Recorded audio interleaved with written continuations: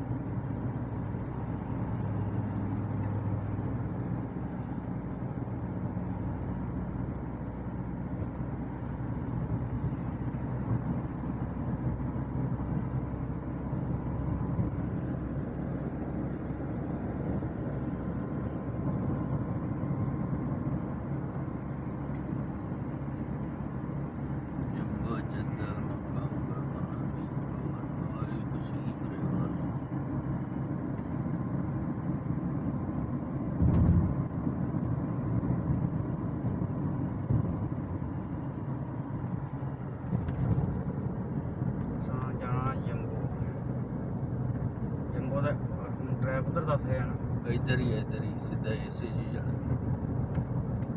इसी के अंदर नहीं ना, अब 10 किलोमीटर तो बाद